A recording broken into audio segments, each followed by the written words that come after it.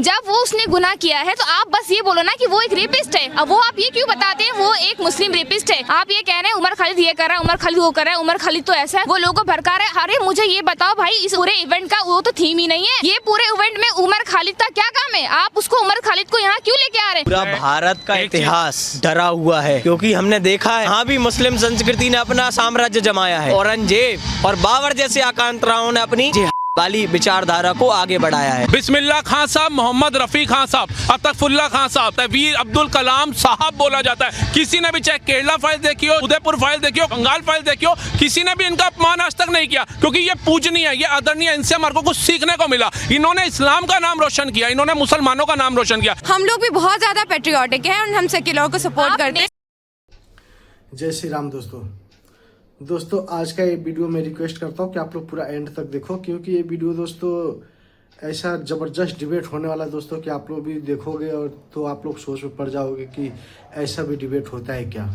तो दोस्तों ये डिबेट में ऐसा क्या है, मैं ज़्यादा कुछ नहीं बोलूँगा, आप लोग वीडियो पूरा वॉच करो, तब जाके आप लोग को पूरी मामला अच्छे से समझ में आएगी। तो दोस्तों अभी आप लोग वीडियो पूरा एंड तक देखो।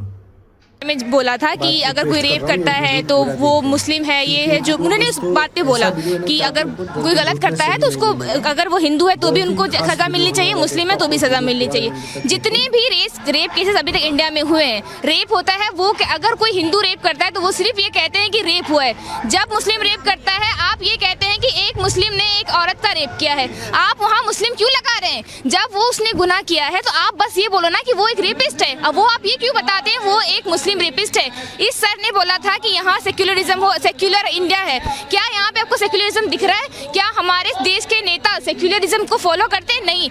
यहाँ कल हमारे एक नेता आए, वहाँ एक स्टेज में महिलाएं थी, जो भी लोग थे, वो क्या, जब यहाँ पे लोग आए वो ये कहते इस पूरे इवेंट में उमर खालिद का क्या काम है? आप ये कह रहे हैं उमर खालिद एंटी मुस्लिम है, आप ये कहते हैं उमर खालिद उसका बाप रेडिकल मुस्लिम है। ये पूरे इवेंट में उमर खालिद का क्या काम है? आप उसको उमर खालिद को यहाँ क्यों लेके आ रहे हैं? आप ये कह रहे हैं उमर खालिद ये कर रहा है, उमर खालिद वो कर रहा है, उमर खालिद तो ऐसा है, वो लोगों को भड़का रहा है। अरे मुझे ये बताओ भाई, इस पूरे इवेंट का वो तो थीम ही नहीं है, आप क्यों लेके आ रहे हो? वहाँ पे आए हुए थे नेता हुए थे, वो ये कह रहे हैं कि मुस्लिम जिसको फॉलो करते हैं, उनके जो लीडर है प्रॉफिट मोहम्मद, वो बड़े दुरुस्त, वो बड़े खराब आदमी थे, वो लोगों को कन्वर्ट करते थे, वो लोगों को मारते थे। ये टॉपिक है आपका, यहाँ पे कॉन्ट्राडिक्ट करने वाला इंसान करेगा। जब आपका पूरा थीम है कि आप सेक्युलरिज्म के बारे में आप कह रहे हो, फिर आप एक ही रिलीजन को टारगेट करके वहाँ क्यों कह रहे हो? ये पूरे इवेंट में सिर्फ सनातनी सनातनी सनातनी हो रहा है। हम सनातनी के अगेंस्ट नहीं है, बट आप क्यों सिर्फ एक ही रिलीजन के बारे में बात कर रहे हो? आप ये क्यों नहीं? आज पूरा भारत का इतिहास डरा हुआ है, क्योंकि हमने देखा है कि जहाँ भी मुस्लिम संस्कृति ने अपना साम्राज्य जमाया है, वहाँ पर औरंगजेब और बाबर जैसे आकांक्षाओं ने अपनी वाली विचारधारा को आगे बढ़ाया है। आप हमेशा औरंगजेब और इसके बारे में बात, आपने कभी अकबर के बारे में बात की? ऐसे तो नहीं है सिर्फ एक ही राजा, आप किसी एक राजा ने कोई बुरा काम किया और आप देखते हैं कि किसी भी एक मिनट से बाबर 10 गुरु 5 पंच प्यारे अपनी गर्दन कटवा दिए, जान कुर्बान कर दिए हिंदू धर्म की रक्षा के लिए। कारण क्या था कि वहाँ पर मुस्लिम मेजोरिटी थी और हिंदू माइनॉरिटी थी उस टाइम। अभी मुझे बताओ, भारत में तो हिंदू मेजोरिटी है ना, मुस्लिम तो माइनॉरिटी में, फिर आप क्यों डर रहे हो? जब कोई रिलीजन माइनॉरिटी में है तो मेजोरिटी को कैसे ओवरकम कर पाएगा?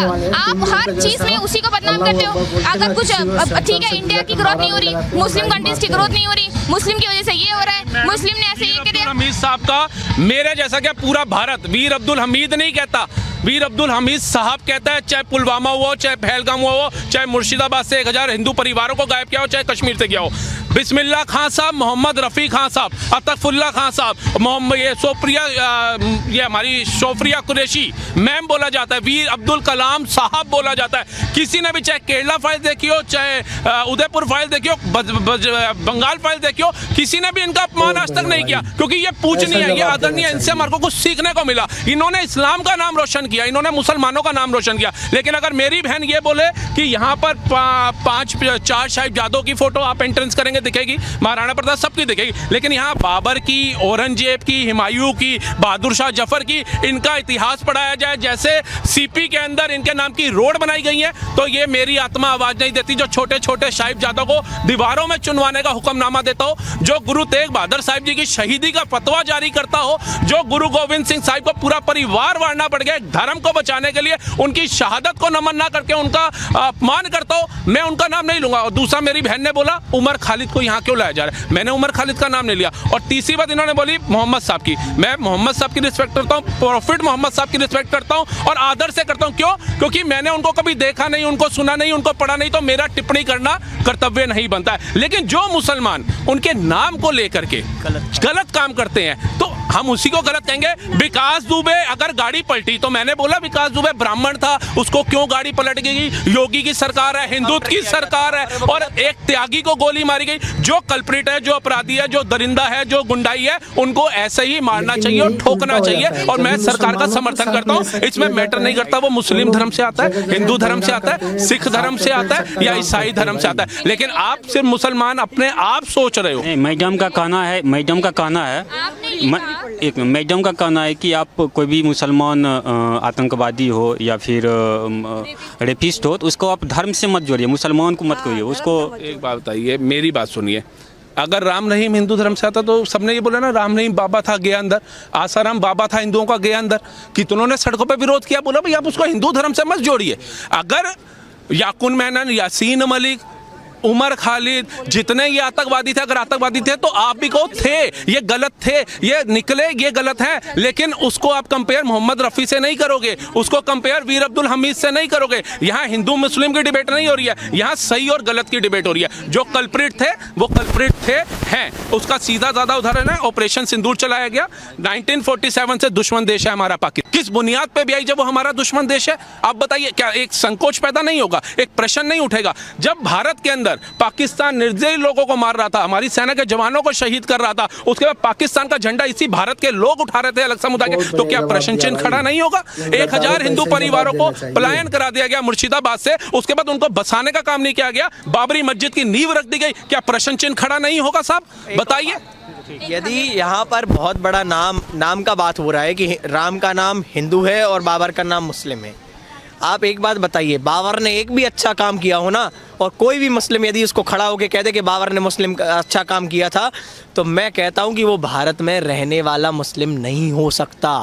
क्योंकि भारत ने सदैव भारतीय मुस्लिम समुदाय ने मानवता को सर माथे लगाया, जो असली मुस्लिम है भारत का। लेकिन यदि जो जिहादी एजेंडा से जुड़ा है, जो आतंकवादी गतिविधियों से जुड़ा है, वो कभी भी हिंदू संस्कृति को स्वीकार ही नहीं कर पाता। वो कहीं भी खड़ा हो जाता है तो उसको आतंकवादी विचारधारा को प्रमोट करना दिखता है। उसको दिखता है कि राम का नाम मतलब मुसलमान का विरोध। लेकिन एक सच्चा मुसलमान कभी राम का विरोधी नहीं हुआ। APJ अब्दुल कलाम साहिब के शासन में सबसे ज़्यादा हिंदू संस्कृति का विकास हुआ है।